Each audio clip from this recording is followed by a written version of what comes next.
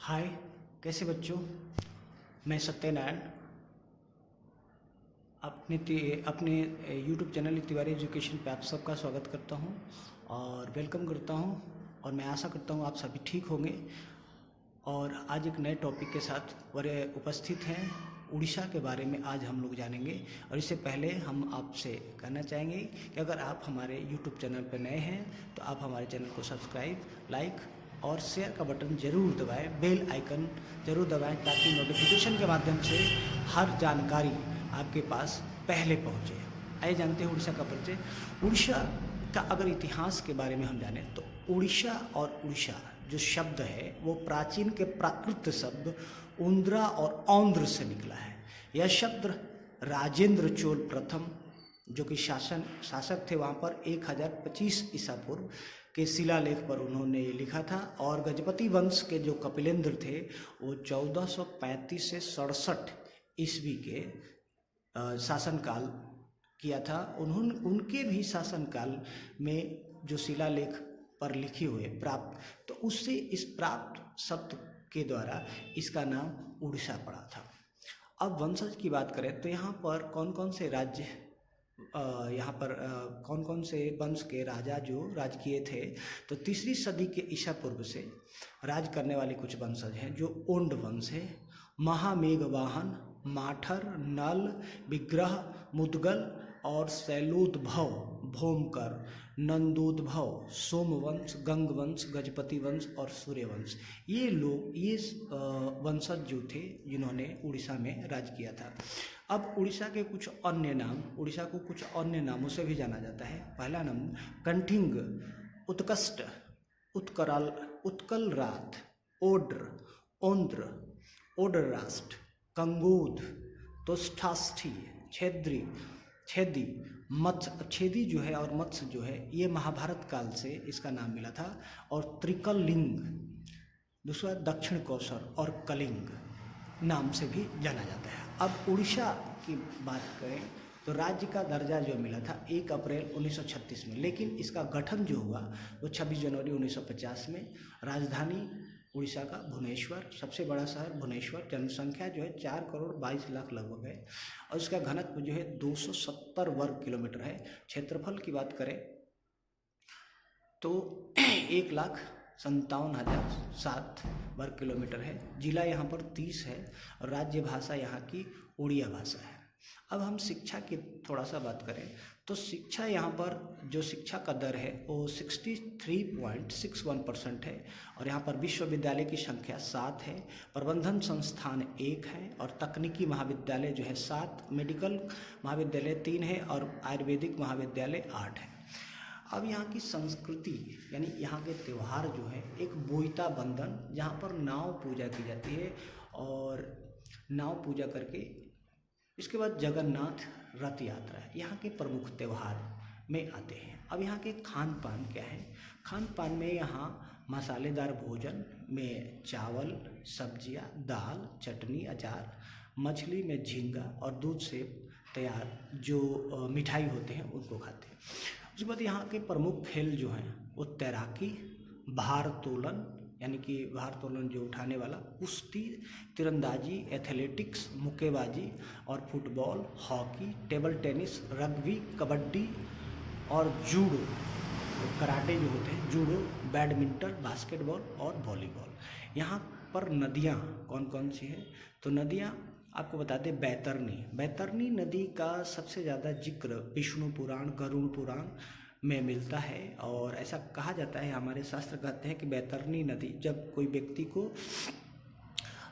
वृद्ध हो जाता है तो उसे गोदान किया जाता है, तो उसमें बैतरनी नदी का जिक्र है।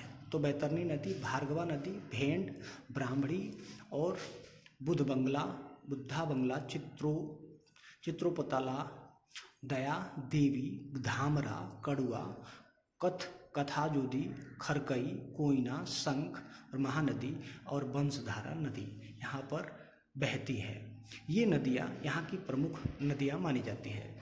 अब यहाँ पे सरकार की बात करें तो सरकार जो है, राज्यपाल जो है यहाँ के, इनका नाम है गणेशी लाल। और मुख्यमंत्री जो है नवीन पटनायक जो बीजू जनता दल के हैं और विधानमंडल एक सदनीय है और इनमें विधानमंडल में सीट जो है और विधानसभा में वो है 147 सीट है। लोकसभा में यहाँ पर 20 सीट है और राज्यसभा में 10 सीट है। सरकार जो है उड़ीसा सरकार, डाक सूचक जो है वो 75 से 77 और वाहन का जो पंजीकरण किया जाता है वो OD से शुरुआत होता है। यहाँ पर सर्टिफिकेशन नंबर मिलता है ISO 3166-2 जो ENINOR से शुरुआत होता है। यहाँ का सेक्स रेशियो यानी कि लिंग अनुपात जो है 979/1000 यानी 1000 पुरुषों पे 979 महिलाएं। दर्जा यहाँ पर 8वां है। GDP ग्रोथ जो है यहाँ पर 5.86 ट्रिलियन है, ठीक है, और USD अगर कैलकुलेट किया जाए तो 85.56 अरब है। टाइम यहाँ पर IST USD प्लस 5.5 यानी 5:30 घंटा टाइम इंडियन स्टैंडर्ड टाइम के अनुसार से होता है। अब हम संसाधन की बात करेंगे। संसाधन में यहाँ पर कृषि जो उड़ीसा की लगभग 80% जनसंख्या की संख्या जो है कृषि में महत्वपूर्ण भूमिका निभाती है। यहाँ पर भूमिका अपना लगभग 40 लाख, यहाँ पर ऐसा अनुमान है कि 40 लाख खेत यहाँ पर हैं। यहाँ पर सबसे ज़्यादा यानी 80% चावल उगाया जाता है और अन्य फसल भी उगाए जाते हैं जिसमें तिलहन है, तिलहन परिवार के दलहन परिवार, जूट उपजाया जाता है और गन्ना भी और नारियल भी। अब उद्योग धंधे की बात करें तो उद्योग में एल्युमिनियम, इस्पात, तेल शोधक, उर्वरक और ग्रामीण उद्योग और कुटीर उद्योग को ज़्यादा प्रोत्साहित करने के लिए सरकार जो है वित्तीय छूट देती है और दे रही है। ऐसा माना जाता है 2005 से 6 में लगभग 2255 लघु उद्योग स्थापित किए गए और इन योजना में लगभग 123.23 करोड़ निवेश किया गया है। लगभग 10,408 व्यक्ति को इसके तहत, इस योजना के तहत काम मिला। खनिज की बात करें तो यहाँ पे इस्पात, उर्वरक संयंत्र, लोहा, मैग्नीज, एल्युमिनियम, धातु पिंड और मशीनी उपकरण भी प्राप्त होते हैं। यहाँ की अगर बात करें तो यहाँ पर मत्स्य पालन और पशुपालन विकास से पता चलता है कि 2.70 लाख दूध प्रतिदिन उत्पादन किया जाता है, जिसमें 837 महिला सहकारी समिति जिसमें 60,288 महिलाएं काम करती है। यहाँ की भूगोल की बात करें तो भूगोल जो है यहाँ पर जनसंख्या की 40% अनुसूचित जाति अनुसूचित जनजाति है और 60 किलोमीटर दूर बंगाल की खाड़ी, उत्तर पश्चिम में छोटा अंश छोटा नागपुर पठार के अंतर्गत आता है। उड़ीसा का तकरीबन 32% भूभाग जंगलों से ढका हुआ है और उड़ीसा सर्वोच्च पर्वत शिखर यानी यहाँ पर देवमाली जिसकी ऊंचाई 1672 मीटर है।